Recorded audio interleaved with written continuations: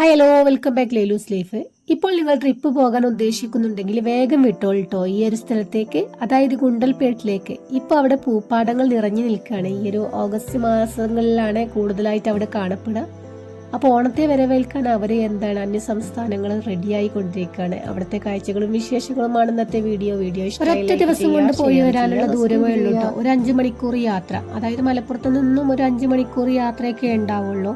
അപ്പോൾ ഈ ഒരു 5 മണിക്കൂർ യാത്രയിൽ നമുക്ക് നല്ല ഭംഗിയുള്ള കാഴ്ചകളായിരിക്കും അവിടെ ഉണ്ടാകുക. അപ്പോൾ ഗൂഡല്ലൂർ, മൈസൂര്, ബന്ദിപ്പൂർ ഫോറസ്റ്റ് വഴിയൊക്കെ പോകുമ്പോൾ ഒരുപാട് നല്ല ഇങ്ങനെയുള്ള കാഴ്ചകളും. ബന്ദിപ്പൂര് ഫോറസ്റ്റ് വഴിയൊക്കെ പോകുകയാണെന്നുണ്ടെങ്കിൽ രാവിലെ 6 മണിക്ക് ചെക്ക് പോസ്റ്റ് കടക്കാൻ വേണ്ടി നോക്കുക. അതായത് ആ സമയത്തൊക്കെ പോകുകയാണെന്നുണ്ടെങ്കിൽ നമുക്ക് ഒരുപാട് മൃഗങ്ങളെ കാണാൻ പറ്റും. ഞങ്ങൾ കണ്ടത് മാന്, അതേപോലെ തന്നെ ആനനെ കണ്ടിട്ടോ, കുറച്ച് ആനകളെ കണ്ടിട്ടുണ്ടായിരുന്നുള്ളേ. അപ്പോൾ അതുപോലെ ഒരുപാട് മൃഗങ്ങളെ കാണുന്നുണ്ടെങ്കിൽ കുറച്ച് നേരത്തെ പോവുക. അപ്പോൾ ഇവിടുത്തെ ഈ ഒരു കാഴ്ച കാണുമ്പോൾ നല്ല ഭംഗിയുണ്ട്. മഴക്കാലത്തൊക്കെ കാടിനുള്ളിലൂടെ യാത്ര ചെയ്യുകയാണെങ്കിൽ ഇതുപോലെ പച്ച പുതച്ച് നിൽക്കുന്നതായിട്ട് നമുക്ക് കാണാൻ പറ്റും.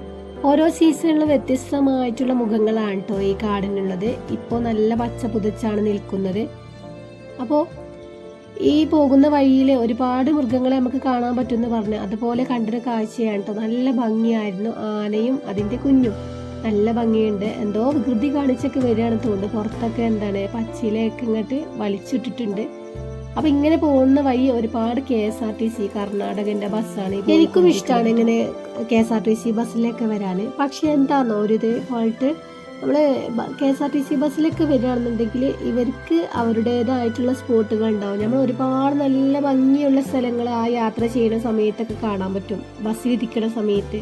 അപ്പൊ നമുക്ക് ഇഷ്ടപ്പെട്ട സ്ഥലത്തൊന്നും അവർ നിർത്തിക്കോളുന്നില്ല, കാരണം അവർക്ക് അവരുടേതായിട്ടുള്ള സ്പോട്ട്. അങ്ങനെ ഞങ്ങൾ ഗുണ്ടൽപേട്ട് എത്താത്തതിന് മുന്നേ തുടങ്ങിയിട്ടോ ഓരോരോ പൂപ്പാടങ്ങൾ. നല്ല ഭംഗിയാർന്ന പൂപ്പാടങ്ങൾ. കാരണം അവിടേക്ക് ചെല്ലുമ്പോൾ ഓറഞ്ച്, മഞ്ഞ ഇങ്ങനെയുള്ള പൂപ്പാടങ്ങളാണ് അവിടെ ഫുള്ള് കാണാനുള്ളത്. നല്ല ഭംഗിയുണ്ട്.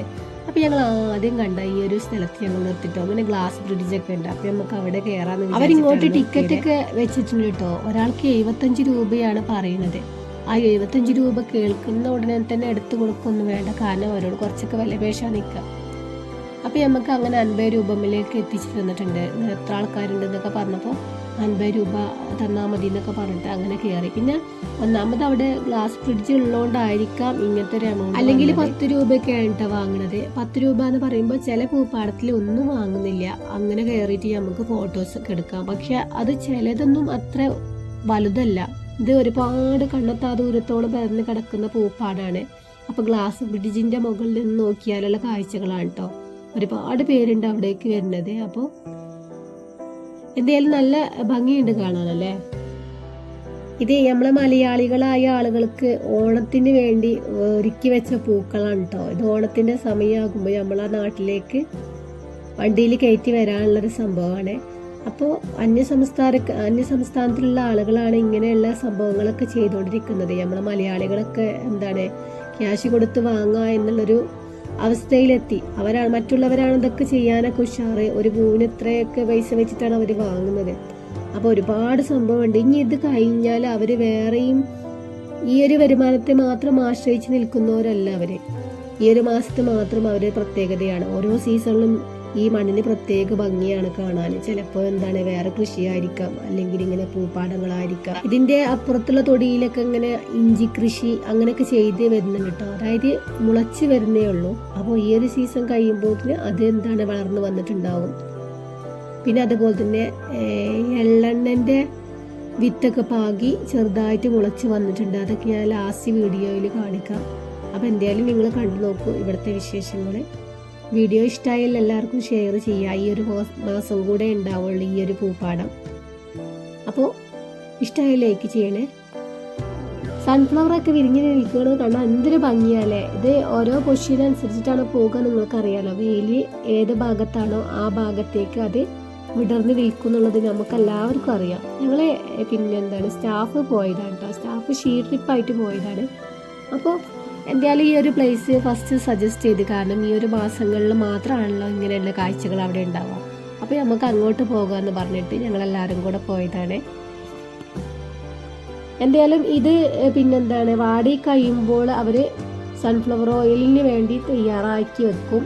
അപ്പോൾ എന്തായാലും അവർക്ക് ഈ ഒരു സീസണിൽ ഒരുപാട് ക്യാഷ് കളക്ട് ചെയ്യാൻ പറ്റുന്നുണ്ട് കേട്ടോ. ഒരു ദിവസം തന്നെ ഞാൻ വേറൊരു വീഡിയോയിൽ കണ്ടതാണ്, ഒരു ദിവസം തന്നെ അവർ 2000 രൂപയോളം ഓരോ പൂപ്പാടത്തിലുള്ള ആളുകളും കളക്ട് ചെയ്യുന്നത്. അത് ആരിൽ നിന്നാണ്? നമ്മുടെ മലയാളികളായ ആളുകളുടെ അടുത്ത് നിന്നാണ് ഇത്രയും ക്യാഷ്. നമ്മളെപ്പോലുള്ള ആളുകൾ വന്നിട്ടാണ് ഇവർക്ക് ഈ ക്യാഷ് ഉണ്ടാക്കി കൊടുക്കുന്നത്. എന്തായാലും അവർ രക്ഷപ്പെടട്ടെ.